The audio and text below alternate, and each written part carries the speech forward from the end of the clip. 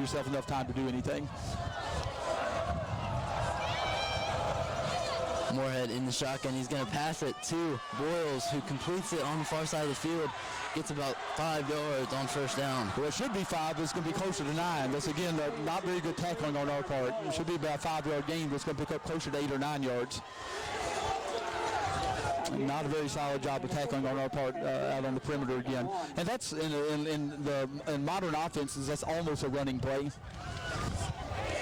Second and short.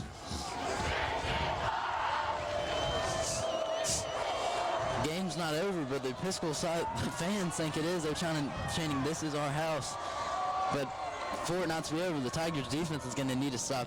No, most definitely. They're going to have to get it quick. Matheson goes upfield. Looks like he gets the first down. Yeah, we're going to have to go through with some run blitzes if we're going to stop this. And that, of course, will put you at peril on the perimeter for some pass plays, but you just force Episcopal to have to decide what they're going to do right now. And if I was Episcopal, it would be short passes out to the flat and run plays. Of course, we know that as well. So we'll see if we're able to get the ball back. At the Tigers' 45-yard line. First and 10 coming out of the timeout. And the Tigers with one more timeout and no 2-minute warning in high school football. The Oracle is Woodbury Forest's online student newspaper whose goal is to provide thorough, accurate, fair coverage of the events and people that impact the Woodbury community. From opinion articles about boys sleeping during assemblies to humorous articles about new boys adjusting to life at Woodbury. Find the Oracle at thewoodburyoracle.org. Now, I look forward every week to the Oracle coming out. Always a lot of fun to read that. After the timeout, Episcopal will have a first and 10 from the Tigers 45 with 3:21 left. Tigers only have one timeout remaining, so it seems like if they can get a first down here, just put the game in the record books. Matheson fights his way forward for a few yards, but a flag is thrown. I don't know what the flag is. We'll see. It's an interesting place to throw a flag. And it's going to be a hold, which will set them back. Against Episcopal High School. Holding on Episcopal. That's a big penalty because one, you back them up. Two, it stops the clock for momentarily. But it also it forces Episcopal to either really make some yardage running the ball or have to put the ball in the air, one of the two, or be satisfied to punt. So it will be interesting to see exactly what they do. I'm not sure they'll punt because that has been, like we said, one of the better offensive plays for Woodbury when they've had to punt. Well, Woodbury ways away from that. Yep, Woodbury's going to have to give them that option. But if it comes down to fourth down, it's going to be tricky for Episcopal to decide what to do. And they're going to need 20 yards to not have to punt after that holding call. First and about 20 from Episcopal's 45. Moorhead in the shotgun. He has two receivers to his left, one to his right.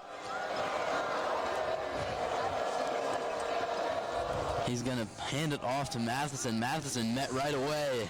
And we'll see if we use our final timeout or if we elect to save it to maybe after third down, perhaps second down. It'll be second down, a 1-yard gain. Clock is running now at 2.5 minutes. And I would anticipate you probably use your timeout after second down, because then you make them decide whether they're going to just give it up and run on third down, or if they put it in the air and risk stopping the clock themselves. Both sidelines getting loud. Episcopal wants the first down. Tigers need a stop. Moorhead pitches it out to Matheson on the left side. Matheson gets to the outside, but he is going to be pushed out of bounds just shy of the 50. They're not going to spot him out of bounds, which is, again, not a surprise. So Coach Braswell will use his final timeout since they marked him inbounds. Clock is stopped at 1:59. Yeah, Coach Braswell was trying to make a point that he thought he was pushed out of bounds while they were still moving forward, but the official is not going to agree with him, obviously. But, yeah, that's a good time to use your last time out, because now you put the onus on Episcopal to make a big decision. Episcopal, if you put the ball in the air and it's incomplete, then you leave us more time on the clock. If you run the ball, you're probably not going to run for a first down on 3rd and 16. So this is it makes a huge difference. Yeah, nothing's coming out.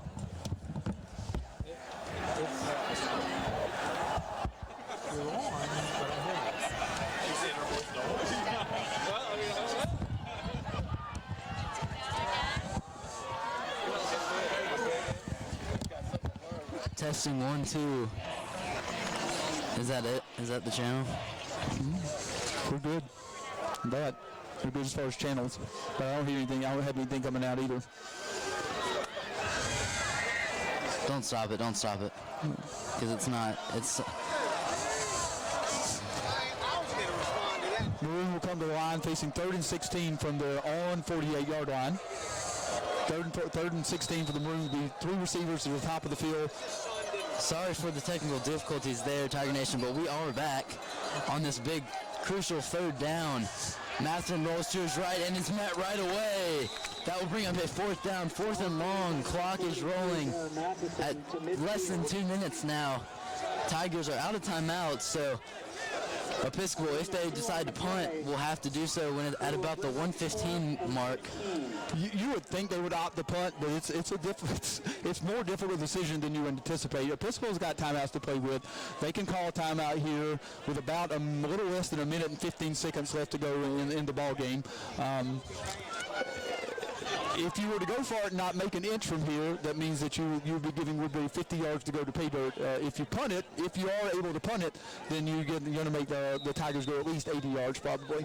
So this is a much more difficult decision than it would ordinarily be based on the punt stats that we've seen so far for the Maroon. So the Tigers have Episcopal has taken their timeout when there's 1 second on the play clock. They're going to talk it over. There's 1 minute 12 left in this ball game. Episcopal leads 20-16, and they're going to have to either decide to punt or go for it and try and get the 16 yards.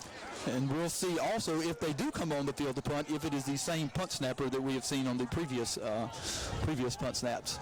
So this is there's a lot more drama to this than there would be on most ordinary punt snaps. The only 2 punt attempts that Episcopal has had, the snap has gone over the punter's head. One resulted in a Woodbury touchdown, the other resulted in a safety. And those were both in the first half. And were Woodbury's only points until that last touchdown drive by the Tigers that resulted in a Weidman touchdown catch. And this is a different punt snapper, if I'm not mistaken. They will decide. Yes, this is different punt snapper, if I'm not mistaken. Maroon will punt from their own 50. Bet Good, the punter, gets the snap. It is away. It's going to go out of bounds.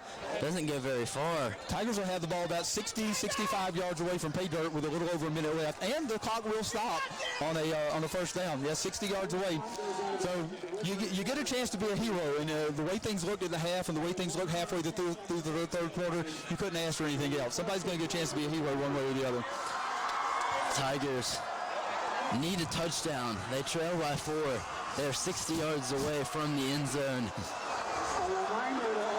They're going to need to get some first downs to stop the clock and then hopefully be able to score on a long ball, which they have that possibility with Weidman and Blunden. It's going to be a pass to Weidman completed on the slant route.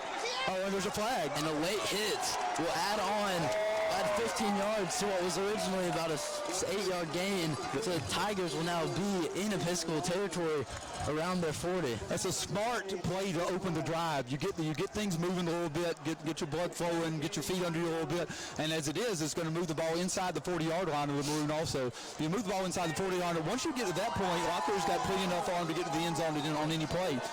It will be interesting to see exactly what Episcopal decides to do here. Exactly a minute left to go in the fourth quarter. The Tigers will have the ball on Episcopal's 36. Clock is stopped at a minute. Locklear in the shotgun, has 2 receivers to each side. He's going to roll to his right to pass. Goes to Weidman on the out route. Weidman completes it for about a 15-yard gain. That will be a first down. Clock stopped at 53 seconds. The ball is spotted on the 25. Yeah, right now you got to keep Locklear clean and give him a good pocket. If you do those kinds of things, he's starting to feel a little bit of a rhythm right now. And Tigers have all the momentum after forcing the punt by Episcopal. They scored on their last drive, and if they could score here, they would take the lead with under a minute. Locklear in the shotgun. Ace formation, he's going to roll to his left. Feels the pressure by Episcopal. He's going to just get rid of it. That's fine. There's nothing wrong with that. The clock stops. There's 45 seconds left or so. That's all right. You don't keep the clock moving, and you don't take a negative play right there. Both those things are very important. So it will be second down for the Tigers. Coach, we saw Woodbury last year in this game have a drive that could have won it. We did. We did, just out of the outstretched arms of Keith Carter. That would have been a first down, but the turnover on downs let Episcopal win the 118th game. This time, we'll see what the story writes as Weidman completes it on the right side of the field, gets out of bounds, stops the clock at 41 seconds. Yeah, and the clock operator bleeding a few extra seconds off here and there. Hopefully that will bite them in the tail at some point, as they need that time. But we'll see. That's a nice job. There's no reason, you don't have to throw the ball to the end zone here. You move the ball downfield, pick up first downs, keep the chains moving. It will be it. 3rd and short from Episcopal's 19-yard line. 2 receivers to each side. Emmett Iden is the blocking back. Ben Locklear drops back to pass. He's going to go to Blunden, who completes it, stays in bounds. Clock is rolling. Tigers. He must be just short of the first down, the way they have marked it. Okay. It's going to be 4th down. 4th down clock is rolling under 25 seconds now. 4th and short. Tigers need a yard to get the first down. A bit of a cushion up top. He's going to go to pass in the end zone to Staley Weidman, who bats it in the air and is hit. No flags. That will be the game. Nope, and that's you take your shot downfield right there as the clock is running. Blunden was spotted just short of the first down. A little bit of a double move right there. You try to hit Staley Weidman in the end zone. Ball pops up in the air, but that's gonna be probably a fitting end to this game, as it has been a heck of a ball game coming down to the end. Please stay off the playing field. That's going to be a turnover on downs. The Episcopal simply need to take the ball and take it. Please stay off the playing field at the end of the game. As a result of the ball, So with that, will be 1st and 10 for Episcopal High School with their own 16-yard line. with that turnover on downs forced by Episcopal, it will be the ball game as Woodbury is out of timeouts. And there's only 9 seconds left on the clock. Well, we thought we were in for a heck of a ball game, and we have seen a heck of a ball game. It was a remarkable effort by the Tigers in the 4th quarter. Just couldn't quite make it happen. Seeing a couple Tigers on the ball game for the first snaps, and seeing Hughes Edwards and Gus Bell both on the field at the end of the ball game right there. You have to tip your cap to Episcopal. They ran out the lead. They made it stand up, and ultimately the touchdown that they scored at the end of the first half was what won them the ball game. And that's you have to tip your cap to them. They were well coached. It was a very sportsmanlike ball game. It really wasn't chippy. I think you had 2 teams that were both very respectful of each other today, and 2 teams that just put it all on the line. And Episcopal managed to come out 4 points better today. Coach Holmes, who's going to be your man of the match? Oh my goodness, there's just so many guys that had. I'm going to have to go with Staley Weidman. Staley Weidman really came up big at the end of the ball game. I know it couldn't have been more fitting that you try to fit that pass into him toward the end. But if he's not playing the ball game that he is at the end in the 4th quarter, we don't make a run to the ball game right there. So Staley Weidman is definitely my man of the match. Great job, Fred. Great job, guys. Staley Weidman is Coach Holmes' man of the match. He is one of the Tigers' leading receivers. He had over 600 yards coming into the game receiving, and he had got to be about, off the top of my head, 100 yards receiving. Yeah, and he had a number of yards receiving in the 4th quarter, and those are big yards in the 4th quarter. Like I said, if not for that, then his efforts in the 4th quarter, then we wouldn't have been as close as we were at the end. He also had the touchdown in the 4th quarter that got the Tigers back in the game. My man of the match, and really my man of the season, is going to be Jay Banzett. That's a good choice. It has to be Jay Banzett because of his solid performance week in and week out. He's been laying the wood, really taking charge and leading this defense to the success that they've had this season. And we saw some incredible things from the linebacking core and the defense in general. No, and if you think about it, the 2 guys that we chose for the men of the match, you're exactly right. On both sides of the ball, they could be the men of the season because they have guys that have led their respective sides of the ball the entire season, and it's been an awful lot of fun to watch these guys. And two seniors that will be very, very much missed by this program moving forward. So that will conclude this broadcast. Episcopal wins the 119th playing of the game, 20-16 here in the Hummel Bowl. Tiger Nation, thank you for listening in to us all season. It's been a ball. Tigers finished the season with 2 wins out of their last 3 games. They just were not able to come down with this one, and it was a close one. It came down to the end. That's what we wanted to see. No, it was a good ball game. I don't think you could have asked for a much more exciting ball game. And watching the guys line up and shake hands, you can see the respect on both sides of the field as the guys line up and shake hands at the end of the ball game. It was a hard-fought ball game. It was a very physical ball game, but you can see the respect, and that's the way a rivalry game is supposed to be played. There's supposed to be respect from both sides, and you can see it's very evident as you watch the 2 teams leave the field. Tiger Nation, thank you for tuning in. Your final score, Episcopal 20, Woodbury 16. I'm Taft Gant. That's Coach Holmes. We are tuning out.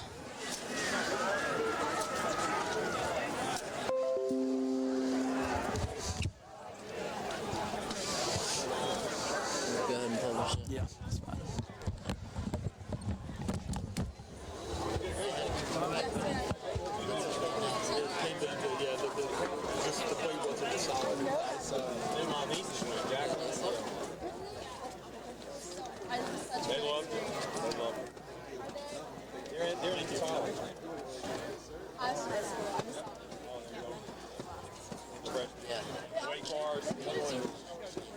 We gave ourselves a chance. I'm proud of the guys because they gave themselves.